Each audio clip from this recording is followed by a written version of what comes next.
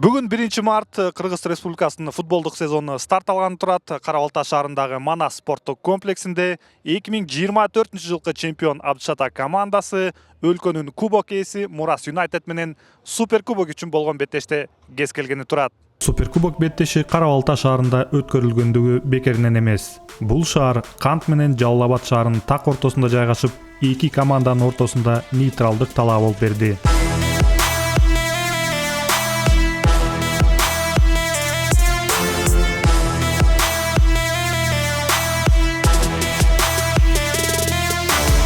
Акыркы 2 жылдан бери бул эки команданын тиреши жаңы деңгээлге чыгып, күйөрмандар үчүн кызыктуу оюндарды тартуулап келишет. Мурас Юнайтед Абдышатанын эң ыңгайсыз атаандаштарынын бири болуп калды.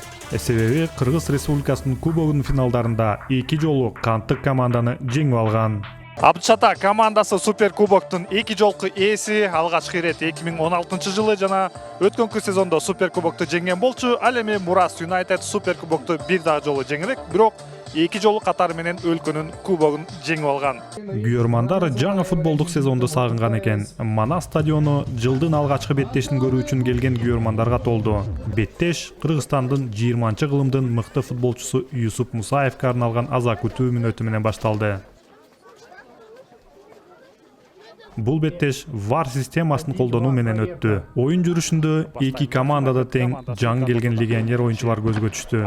Мурас Юнайтед оюн талаага дээрлик 9 Украина оюнчусу менен чыкса, Абдышатада чабуулда бразилиялык Рикельме Соуза менен черногориялык Данин Талович активдүү болуп жатышты. Ал эми Мурас Юнайтедтен Атай Жумашевди белгилесек болот. Биринчи бөлүктө Рикельмеде эң мыкты мүмкүнчүлүк бар эле, бирок Жалал Абадта клубдун дарбазачысы сейв жаратты. Экинчи бөлүктө да эсеп сандары өзгөргөн жок. Тең чыгуудан кийин кошумча экстра таймдар берилип, анда дагы коргонуу чабуулдан мыкты болду.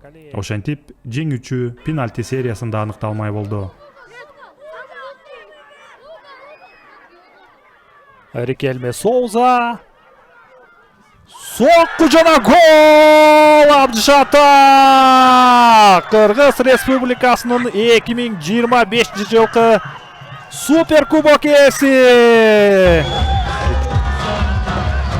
Беттештеги башкы каарман Султан Чомоев сиздер менен. Сизге түз эфир. Бул жеңиштен кийин кандай эмоциялар? Эмне деп айта аласыз күйөрмандарга? Посвящаю победу всему Канту! Только Кант, только победа! Бул сөздөрдөн кийин эми башка сөз ашыкча. Мына ушундай суперкубок беттеши Абдышата командасынын жеңиши менен жыйынтыктады.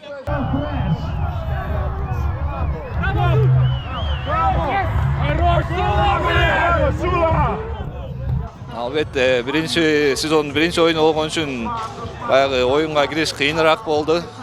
Бирок биз баягы физически даярбыз, жакшы даярдандык. Азыр командада көп оюнчулар алмашкандыктан ичине сыгырыныч жок болот, чынын айтканда. Бирок акырын баягы оюну өзүбүздүн оюнубузду издеп жатабыз. Биринчи оюн болгон үчүн баягы кыйын болду мындай. Сезонду жакшы ойнойбуз деп аракет кылабыз, жакшы ойногонго.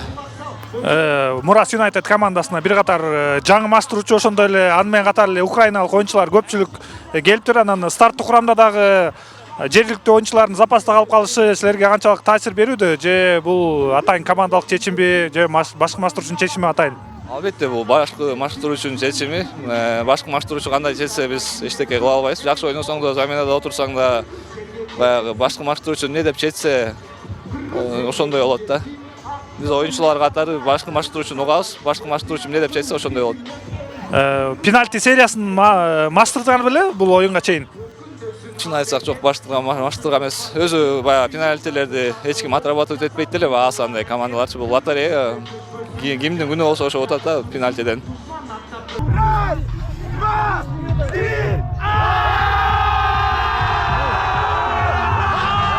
As we expect, Muras is a great team. Hard game for the trophy. The pressure was, I think, a lot on both teams, and both teams feel this pressure. Great atmosphere. Thank you everyone, to the fans, especially of Abishta. Биз күткөндөй эле Мурас Юнайтед олуттуу даярдыгы бар команда экен. Өтө оор беттеш болду. Эки командага тең чыңалуу сезилип жатты. Оюндагы атмосфера бизге жакты, өзгөчө бизди колдоп келген Абдышатанын күйөрмандарына ыраазычылык билдирем. Мен келгениме 4 эле күн болду, бирок алгачкы жеңишке ээ болдук. Бул клуб үчүн президенттен баштап бардык клубтун өкүлдөрүнө жана күйөрмандарга арналат. Мен ойлойм, бул башталышы гана. Оюн балким кызыксыз сезилгендир, бирок биз аракет кылдык. 90 мүнөт ичинде 3 мүмкүнчүлүк бар эле, бирок гол жарата албай калдык. Биз утарыбызга ишенип жаттык, жыйынтыгында ийгилик бизге жылмайды. It's more even sweet, I think, for us. And I want to thank you everyone, our fans, the players, the staff, all the people in Kant. I think that what we promised, we bring them the trophy. Мына ошентип Суперкубок беттешинде негизги убакытта эсеп сандары ачылган жок. Пенальти сериясында гана Канттык Абдышата командасы өз тарыхында 3-рет Суперкубок мелдешти жеңип алды.